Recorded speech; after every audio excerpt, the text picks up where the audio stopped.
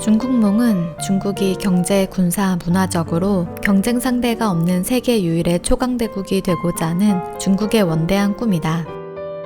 2012년 11월 시진핑은 중국 공산당 중앙위원회의 총서기로 추대되면서 중국몽을 처음으로 중국의 지도 이념으로 공식화했다. 이 같은 행보는 이전까지의 지도 이념이었던 덩샤오핑의 도광양회에서 벗어나 분발 유의를 내세우며 패권 외교를 펼치는 시진핑 지도부의 입장과 같은 선상이다. 과거 동아시아의 패권국에서 18세기 이후 서양 일본에 밀려 치욕의 세기를 겪었던 중국은 오늘날 급격한 경제 성장을 바탕으로 치욕의 세기를 극복하고 중화민족의 부흥을 꾀하고 있다. 마오쩌둥부터 시작해 현재의 시진핑 지도부에 이르기까지, 즉 중화인민공화국이 건국된 1949년부터 100주년이 되는 해인 2049년까지 중국은 치욕의 세기를 설욕하고 경제, 군사, 정치적으로 세계 유일의 패권 국가가 되길 열망하였으며 이를 위한 계획이 100년의 마라톤이다.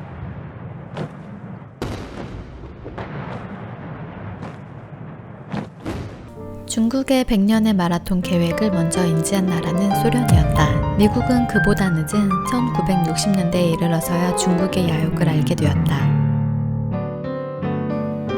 1964년 1월 KGB 요원 유리 누센코는 서방과 소련 사이에서 이중 간첩으로 활동하다가 발각되어 미국으로 망명했다. 그는 마오쩌둥이 공산 진영뿐만 아니라 장차 세계 질서를 주도하려 한다는 사실을 미국에 폭로했다. 그러나 당시 케네디 대통령 저격, 베트남 전쟁 등으로 대내외적으로 혼란스러웠던 미국은 이를 대수롭지 않게 생각했다. 냉전시대의 소련은 자본주의 진영의 미국과의 대립뿐만 아니라 공산주의 세력 내 패권을 두고 중국과도 대립하고 있었다. 중국은 수정주의의 노선을 선택한 소련을 연일 비난하며 공세 수위를 높였다. 기존의 고립주의에서 팽층주의로 변화를 꾀한 중국과 공산주의 국가의 전통적 맹주 소련 간의 갈등은 중소 간 국경 분쟁으로 표출되었다. 1969년에는 실제로 양국 간 무력 충돌까지 일어났다. 소련과의 갈등이 격해질수록 마오쩌둥의 고민은 깊어졌다. 중소 양국 간의 갈등이 심화될수록 당시 최강대국이었던 미국과 소련 사이에서 중국은 국제적으로 고립되어 갔다. 결국 1969년 호치민 사망 직후 중국은 소련과의 합의를 통해 양국 간 갈등을 접어두기로 했으나 이는 언제 터질지 모르는 미봉책에 불과했다.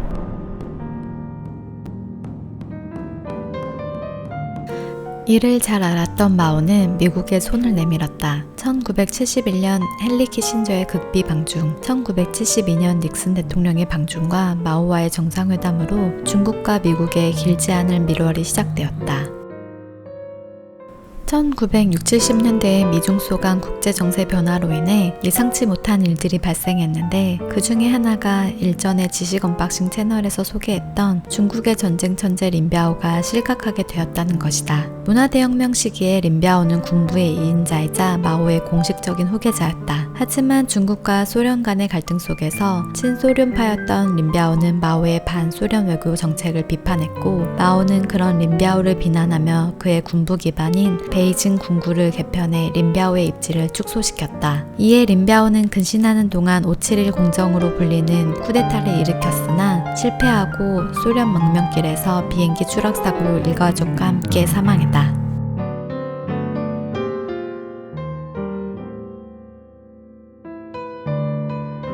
닉슨과 포드 정부는 중국과 새로운 관계를 수립했다. 미국은 달라이 라마를 향한 CIA의 비밀 지원을 끊었을 뿐만 아니라 타이완에 대한 안보 약속의 상징이었던 미 해군의 타이완 해협 정기 순찰도 중단했다. 1979년 1월 덩샤오핑은 중국 지도자로서 최초로 미국을 방문했다. 카터 대통령은 덩샤오핑을 위해 국빈 만찬을 개최했고 대중국 정책에 대한 초당파적 재질을 보여주기 위해 실각한 닉슨까지 만찬에 초대했다. 사이만 전직 대통령이 백악관을 방문한 것은 사상 처음이었다. 덩샤오핑은 코카콜라 본사, 휴스턴에 있는 존슨 우주센터, 디즈니랜드를 참관했으며 타임지는 덩샤오핑을 2차례나 표지 인물로 선정하며 환영을 표했다. 카터와 덩샤오핑은 1979년 방미 기간 동안 무역, 과학, 그리고 기술에 관한 협력 합의서에 서명했는데 당시 미국이 중국 과학자에게 이전한 과학기술 지식의 양은 미국 역사상 유례가 없는 규모였다. 덩샤오핑은 강한 중국을 만들기 위해 보호가 필요한 약하고 수세에 몰린 존재로 보이도록 자처해 미국의 힘과 기술을 이용하려 했던 것이다. 미중 간 은밀한 협력은 레이건 정부 때 정점에 달했다. 중국을 전면적인 전략적 파트너로 인정한 것은 레이건 대통령이었다. 레이건 정부는 중국에게 힘을 실어줌으로써 소련을 견제하고자 했다. 레이건 재임 기간 동안 미국은 반소련 성향의 아프가니스탄 반군, 크메르루주, 앙골라에 있는 반쿠바 세력의 군사물자를 제공하기 위해 비밀리에 중국과 협력했다. 중국에서 시위가 자발적으로 일어나는 경우는 거의 없다. 1989년 천안문 광장에서 벌어진 시위가 중국 지도부를 경악해 한 것도 그 때문이다. 1989년 5월 덩샤오핑은 계엄령을 선포하고 25만 명의 군인과 탱크를 수도에 투입하여 자유와 민주를 요구하는 시위대를 진압했다. 시위대 학살로 1년 동안 중국 정부는 신문사 12%, 사유과학 간행물 13%, 출판사 76%를 폐쇄했다.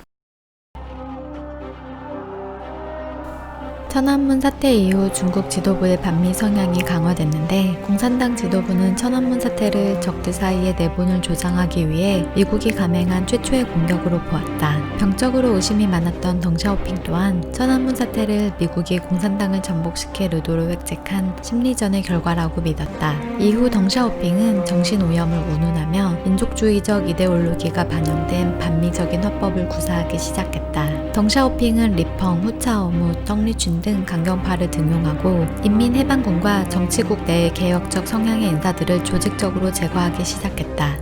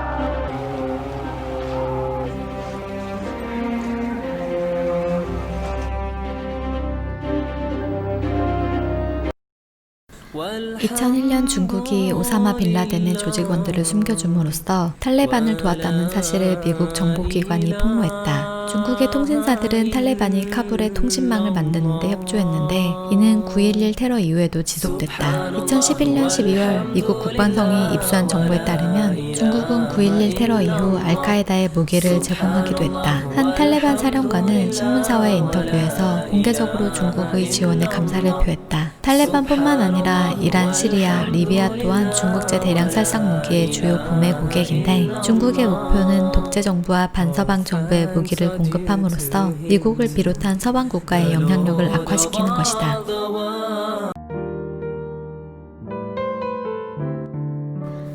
2019년 포춘지 선정 글로벌 500대 기업 중 미국 기업은 121개, 중국 기업은 119개, 일본 기업은 52개이다. 1위 미국과는 거의 차이가 없고 3위 일본과는 2배 이상 많다.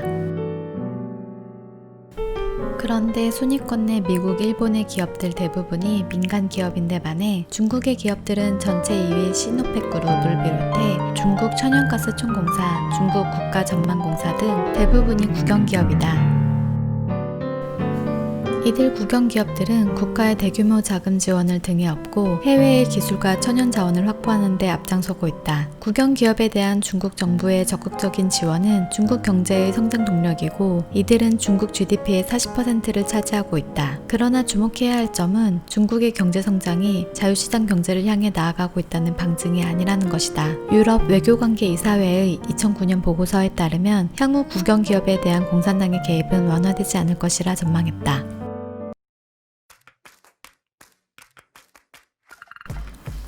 중국의 국영기업은 중국 공산당위원회가 모든 핵심 관리자들을 임명한다. 이들 관리자 중 상당수가 정보기관이나 군 출신으로 경영 비전문가이다. 대표적인 인물인 화웨이의 설립자 런정페이는 중국 인민해방군 장교 출신이다. 정권에 충성하는 관리자들을 통해 중국 당국은 국영기업의 경영에 지속적으로 개입하고 있다. 방만한 경영, 부정부패 등에도 불구하고 정부의 지속적인 지원에 힘입어 이들 기업들은 서구 기업에 맞서서 경쟁 우위를 유지하고 있다.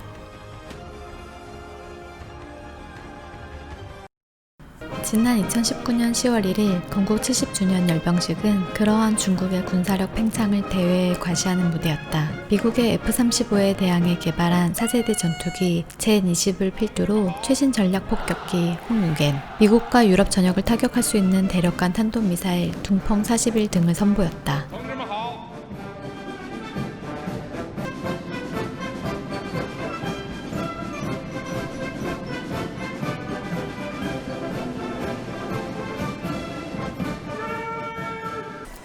이 외에도 중국의 두 번째 항공모함인 산둥함, 4세대 전략수송기 윈20, 스텔스 폭격기 홍20을 개발 및 실전 배치 중이다. 또한 해병대 군단을 창설하는 등 특수전 병력을 대폭 늘렸다. 나아가 1982년 인민해방군 해군사령관 류하칭이 설정한 해상방어선인 도련선의 개념을 확대 및 재편하여 미국의 태평양 지배력을 저지하고 중국 해군의 작전 반경을 미국 서부 해안까지 확대하려 한다. 중국은 재래식 무기뿐만 아니라 사이버전 능력도 배양하고 있다. 2003년에서 2005년 사이에 타이탄 레인이라 불리는 미국 국방선과 방위산업체에 대한 전방위적 사이버 공격이 있었다. 미국 정부는 자세한 내용을 언급하고 있진 않지만 국방성의 컴퓨터 수백 대가 공격을 당한 것으로 추정된다. 2013년 미 의회에 보고된 문서에 따르면 중국군은 사이버 침투, 사이버 간첩행위, 전자전을 위해 16개의 스파이 조직을 운영하고 있다. 중국의 군사굴기와는 다르게 문화굴기는 은밀하게 진행되고 있다. 호진타오 전 주석은 측근들에게 대만을 정복하는 것보다 사는 것이 더 쉽고 저렴하다고 말하곤 했다. 2000년대 들어 친중 성향의 기업들은 대만의 언론사를 사들이고 베이징의 자금 지원을 통해 언론사의 영향력을 행사했다. 중국 정부는 언론을 통해 대만의 정당, 기업가, 대중에게 자연스럽게 침투하여 중국의 적극적인 지지자로 만들었다. 이 같은 문화굴기의 대표적인 기관으로 공자학원이 있다. 공자학원은 어학원을 가장한 중국 공산당의 프로파간다 기관으로 162개국에 545개 공자학원, 1170개의 공자학당이 설치돼 있다. 공자학원에서는 표면적으로는 중국어와 중국 문화를 외국인에게 전파하지만 실제로는 중국의 역사를 미화하고 마오이즘을 전파하고 나아가 현대 중국 공산당의 정책을 선전하는 역할을 하고 있다. 또한 대학 캠퍼스에 침투하여 티베트 독립운동이나 중국의 민주화 운동 같은 반중국적 행위를 막는 파수꾼 역할을 수행하고 있다. 일례로 호주 시드니 대학은 중국과의 관계 악화와 공자학원을 통한 지원 중단을 우려해 예정되어 있던 달라이 라마의 방문을 취소해 비난을 받은 바 있다. 막대한 자금을 앞세워 타국을 친중국화시키려는 중국 정부의 움직임은 지금도 계속되고 있다.